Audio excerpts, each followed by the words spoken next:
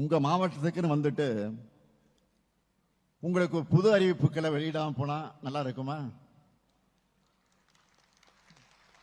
மேடையில் இருக்க சும்மா இருப்பாங்களா? அது காங்கிரஸ் கட்சியை கேட்க வேணாம், தொலைச்சி எடுத்துருவாங்க என்ன உரிமையோட.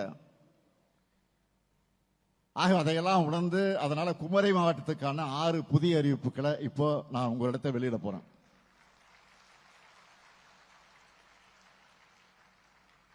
முதல் அறிவிப்பு, சுற்றுலா பயணிகள் அதிக அளவு வருகை தரக்கூடிய கன்னியாகுமரி நகராட்சியின் குடிநீர் தேவைகளை நிறைவு செய்ய பழையாற்றிலிருந்து கூடுதல் நீர் வழங்க 28 கோடியே 20 லட்சம் ரூபாய் மதிப்பிட்ட புதிய திட்டம் செயல்படுத்தப்படும்.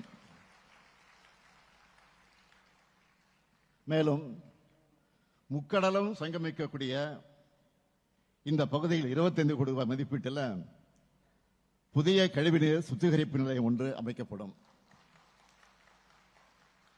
இரண்டாவது அறிவிப்பு, குளச்சல் நகராட்சி மற்றும் மண்டைக்காடு பேரூராட்சி பொதுமக்களுடைய நீண்டகால கோரிக்கையை நிறைவேற்றக்கூடிய வகையில் ஏவிஎம் கால்வாய் 1 கோடியே 20 லட்சம் ரூபாய் மதிப்பீட்டில் புனரமைக்கப்படும்.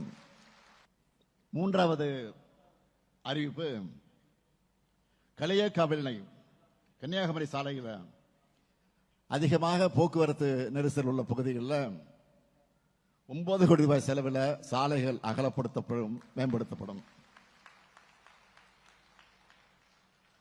நான்காவது அறிவிப்பு, கல்குளம் வட்டம் முளகமூட்டில் உள்ள பழம்பெரும் தூய மரியன்னை பசிலிக்கா தேவாலயம் 2 கோடி ரூபாய் செலவில் அதன் பழமை மாறாம புனரமைக்கப்படும். ஐந்தாவது அறிவிப்பு, தமிழ்நாடு மீனவர் நலவாரியம் மூலமா தற்போது மீனவர்கள் மற்றும் அவர்தன் குடும்பத்தினருக்கு வழங்கப்பட்டு வரக்கூடிய கல்வி உதவித்தொகை, திருமண உதவித்தொகை உள்ளிட்ட பல்வேறு நலத்திட்ட உதவிகள் போன்ற பல்வேறு நிதி உதவிகள் அனைத்தும் உயர்த்தி வழங்கப்படும். இதற்கான விரிவான அரசாணையும் விரைவில் வெளியிடுவோம். ஆறாவது அறிவிப்பு, கடல்ல மீன்பிடிக்க போகும்போது காணாமல் போகும் நேர்வுல காப்பீடு உள்ளிட்ட நிவாரணங்கள் கிடைக்கக்கூடிய நாள் வரைக்கும் அந்த மீனவ குடும்ப வாரிசுதாரருக்கு மாதம் 2000 ரூபாய் உதவித்தொகையா மீனவர் நல வாரியம் மூலம் வழங்கப்படும். இதுதான் திராவிட மாடல்.